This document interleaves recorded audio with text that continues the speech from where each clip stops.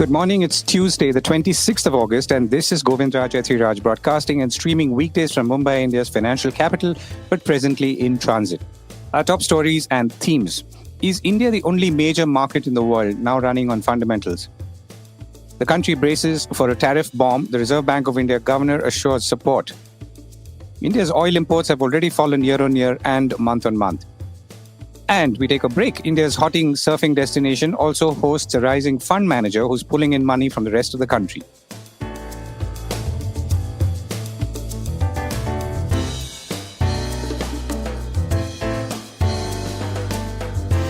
This is a Core Report with Govindraj Ethiraj. India's markets and fundamentals. So the stock markets are doing fine, but the economy is bracing for the 25% additional tariff that US President Donald Trump has said he would impose from tomorrow, that's August 27th.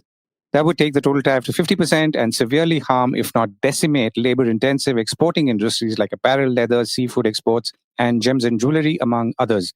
The Reserve Bank of India Governor Sanjay Malhotra said that they remain focused on price stability while supporting economic growth, adding that financial and price stability were enablers rather than obstacles to economic expansion. He also said at a banking conference in Mumbai on Monday that that's the central bank has not lost sight of its growth objective, and added that the central bank will continue to provide ample liquidity to the banking sector, doing whatever else is required to support the economy. Like I said, that statement comes a day ahead of those additional 25% tariffs if they happen. He also said the Reserve Bank of India, which has cut the repo rate by 100 basis points, was closely monitoring the impact of US tariffs on Indian exports, and said he was hopeful that negotiations would play out and the impact will be minimal. He also said that 45% of sectors remain outside the tariff regime, and the government is pursuing free trade agreements to mitigate risks. He also said that the Reserve Bank of India is working to enable trade in local currencies, calling it an important area. The Reserve Bank kept rates steady earlier this month, citing easing inflation and global uncertainties after headline inflation fell below target in July for the first time in 8 years, giving it room to support growth if needed, according to Reuters. Now, with these voices of support or otherwise, the stock markets resumed an upward march, thanks mostly to hints of interest rate cuts in the US by Federal Reserve Chairman Jerome Powell on Friday, which sent Wall Street and then Asian markets rocketing once again. So the belief is that some portfolio investors could return to emerging markets like India, which has not been the case almost this whole year. Powell also left the door open for rate cuts in the Jackson Hole summit in Wyoming on Friday, citing weakness in the jobs market, but also emphasized at the same time the ongoing risk of higher inflation spurred by President Trump's tariffs. At close, the Sensex was up 329 points on Monday at 81,635, and the NSE Nifty 50 was up 97 points to 24,967. IT stocks were doing well apart from other reasons, the belief that their valuations are fairly beaten down, and that is and has been the presiding view in the market for some time now. The Nifty IT index was the top performer, advancing about 2.4%. Speaking of valuations, both Wall Street and China stocks are zooming like there is no tomorrow. Let's take a look at China. Stocks rose again on Monday, extending a liquidity-driven rally, showing signs of euphoria in some corners of the market, according to Bloomberg, which said that the markets have come off their best week since November. The benchmark CSI 300 index has now climbed another 2.1%, with turnover on Shanghai and Shenzhen exchanges reaching a combined 3.1 trillion yuan in dollars. That's $433 billion, the second highest on record. So the rally is mostly driven by technology stocks, but stocks in the property sector are also joining this rise in China, that is. Investors are also betting that the rally has more room to run amidst a capital rotation into equities, optimism over DeepSeek's updated model, and expectations that the authorities will keep sentiment supported before a military parade on September 3rd, according to Bloomberg. On the other hand, key benchmarks are up more than 20% from this year's low, and signs of overheating have also started to emerge. Bloomberg quoted a note from Macquarie Group economists saying that the stock rally reflects abundant liquidity rather than improved fundamentals. Under such conditions, investors are more willing to give thematic plays the benefit of doubt, and liquidity indicators are key to watch, they said. Back home, rating agency Fitch Ratings has affirmed India's long-term foreign currency issuer default rating, or IDR, at BBB- with a stable outlook. Earlier, S&P raised India's credit rating from BBB- to BBB in a somewhat unexpected move, given that it's happened in the face of the full fury of the tariff war, also suggesting, at least partially, that the tariff war will have limited impact on the economy, and something that many economists, including those the Core Report has spoken to, have pointed out. And on Wall Street, other market going gangbusters. Futures were down on Monday after the Dow Jones Industrial Average hit intraday and closing records. And as investors looked ahead to NVIDIA earnings, according to CNBC, Dow futures fell about 153 points or 0.3%. S&P 500 futures were also similarly down, and so were Nasdaq 100 futures. Last week, the markets on Wall Street saw a winning session, and on Friday, the Dow was up more than 800 points to hit those intraday and closing highs. Meanwhile, the impact of Powell's statement suggesting or hinting at interest rate cuts is being felt in other markets. Gold was down on Monday as the dollar firmed, easing from a 2-week high hit in previous sessions after comments from Powell, according to Reuters, which added that spot gold was down to $3,367 per ounce on Monday morning.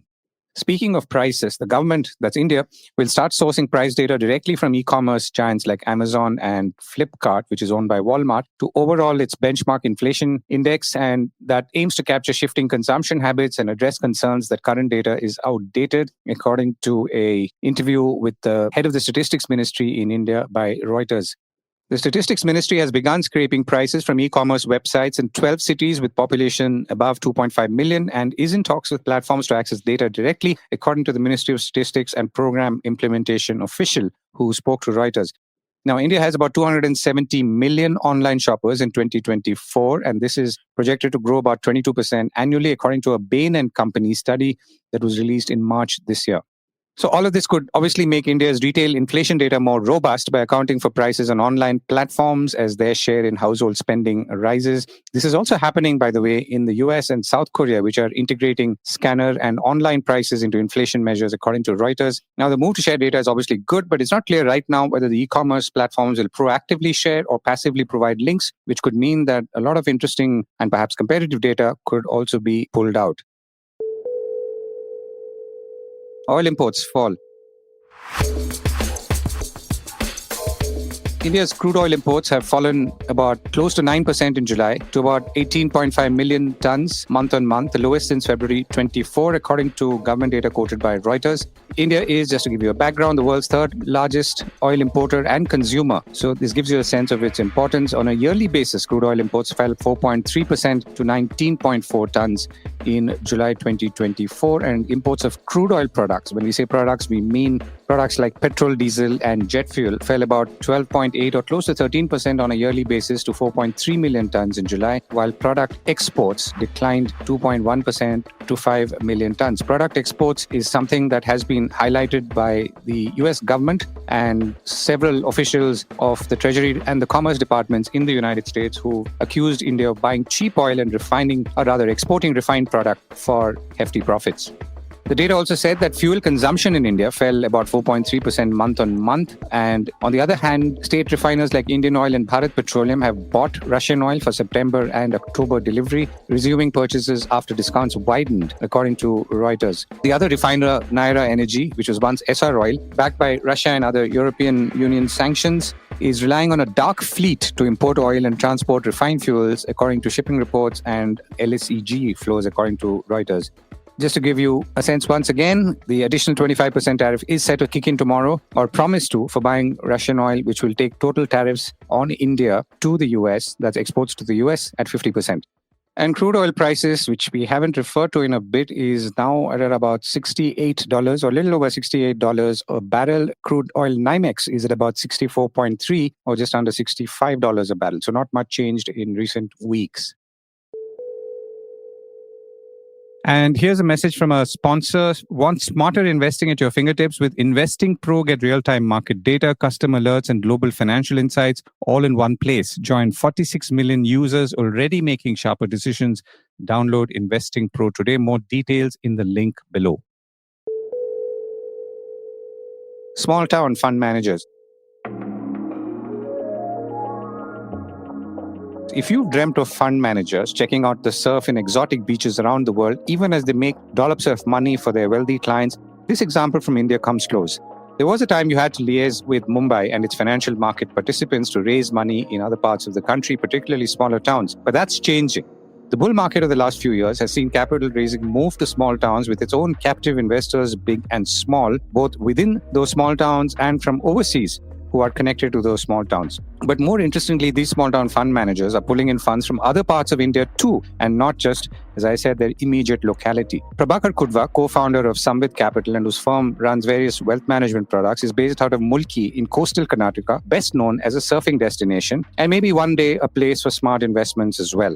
I spoke with Kudva, who had earlier built a software product for broking platforms before venturing into fund management along with his co-founders, and I began by asking him what took him to Mulki.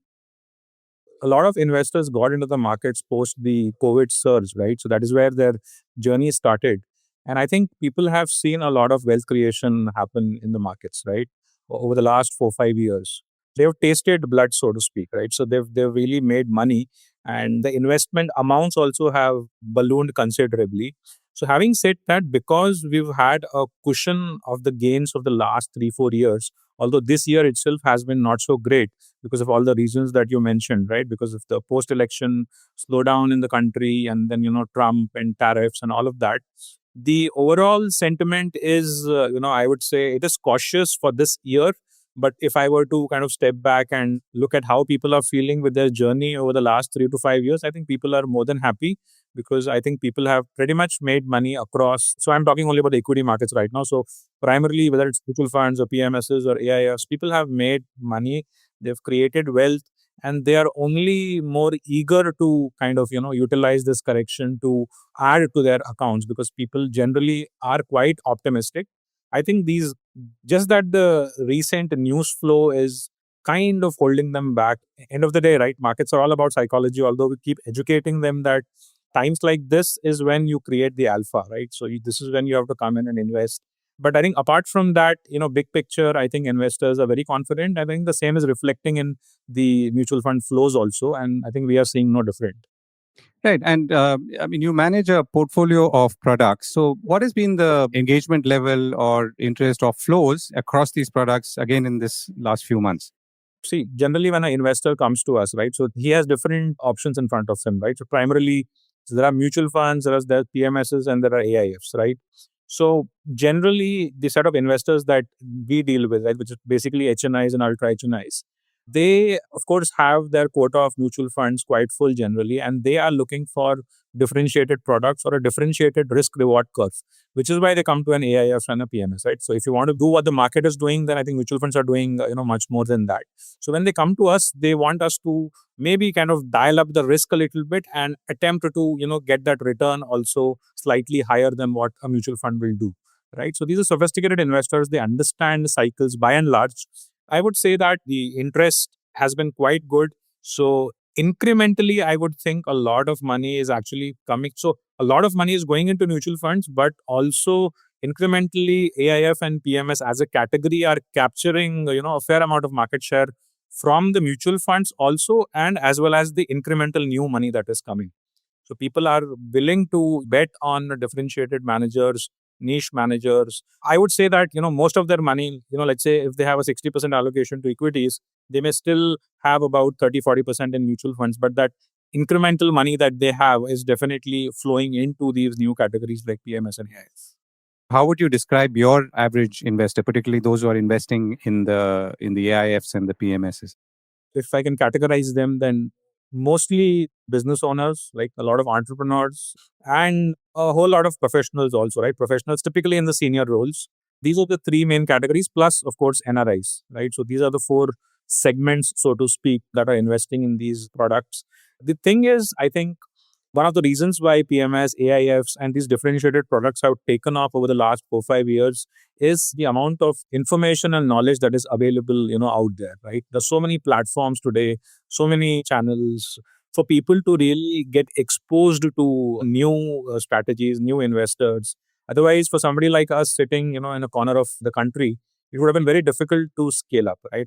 So thanks to social media, Twitter, these aggregator platforms, even if you're sitting here, I have customers from, Gujarat, Rajasthan. It's thanks to the technology and the interest, of all of these investors to really learn and understand and know and explore, right? Which is leading them to, people like us and, differentiated products. And that's really was my next question. So if you were to split your investors, how many would come from, let's say, the part of Karnataka you're from, and how many from just outside that part of Karnataka and outside the state? I would say 60 to 70% still is Karnataka, or rather, at least with roots in Karnataka. So a lot of our customers are NRLs. So they presently are not here, but they have roots here. Or the parents will be here, but the kids are maybe elsewhere in the country or outside the country. So I think 70% is still Karnataka, and 30% is something that is probably from the rest of the country. And would you say that, again, if I were to go back 6 months to a year, say September 2024, when the markets hit a peak, would you say that investors have become more patient, or are more of the patient investors with you? I think the latter, because we do a lot of due diligence. A mistake that a lot of investors make is they try to, especially during the bad years, right, compare what they would have made in other asset classes like an FD to the equity markets. But the key thing to understand is, just like you can't compare a game of cricket and game of football, right? They're two different games, right? So equity markets inherently work on the concept of cycles. So there are years where nothing happens, and then in just 1 year, you make up for all of that lost ground, right? That's the nature of the beast. There's a lot of education that we do before we onboard the investors that this is a 5-year game, right? Anything less than 5 years, please do not venture here. And also the money that you bring in, right? The most important quality that the money should have is comfort, in the sense that that money should be able to sit through pain. So we've had some periods of good returns, but my observation is that the investors who really made that good return is the people who also underwent the pain. A lot of times people think, is there a holy grail whereby we can bypass all the difficult periods and just get in, when the next bull market is starting? But as we all know, right, markets don't announce a new bull market.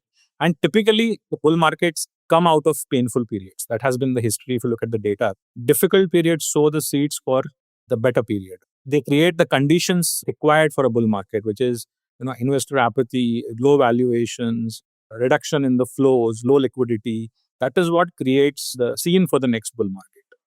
Right. And how are you looking at things ahead? I mean, the next, let's say, few months or the next quarter or so, what's your assessment? What's your outlook? I think the worst seems to be behind us for sure, unless there's something absolutely new comes in. I think in terms of what's happening, in the macro, I think pretty much what is happening is not something that anyone would have anticipated. The way the US-India relations have soured, right? So 25% is the actual tariff, and then we have a political tariff of another 25%. So it's likely that that goes away. That is what the market is anticipating. But if that doesn't, then that's something which will be a negative. And our Indian policy making is also, it comes to the fore during difficult times, as we have seen. So the GST reforms have been announced. My own personal opinion is probably a near-term bottom is made. We may consolidate here for some time, and as we go into the Q2 and Q3 results, in the festive season, the markets may go back to the new highs. That's what I think. Right. And festive season has begun technically, or about to begin, with Ganpati around the corner. Janmashtami has already happened. So technically it started off. So it's not a marathon for sure. It's a sprint, and we've already started off. So what's your sense? I mean, do you feel people are going to spend this? It's not so much about buying stock or equities, but you feel people are going to spend, people are going to be more open with their wallets?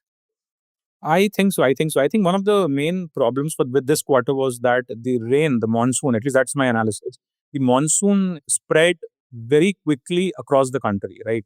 Generally, the monsoon moves a little bit slower. So it starts from Kerala, it hits us in coastal Karnataka, and then it goes towards the rest of the country. But I think this time it happened just way too fast. And generally, monsoon dampens the consumer sentiments, right? That has always been the case. That's why Q1 generally is a bad quarter, right? So I think as, the monsoon gets over and people start stepping out more, plus, combine that with these reforms where the government is trying to push consumption, with the tax cuts will come into play this year, the income tax cuts, the GST rate cuts will come into play. I think the stage is fairly well set for a good Q2 and Q3 from a consumption point of view. Prabhakar, we've run out of time. Thank you so much for joining me. Thank you, Govind.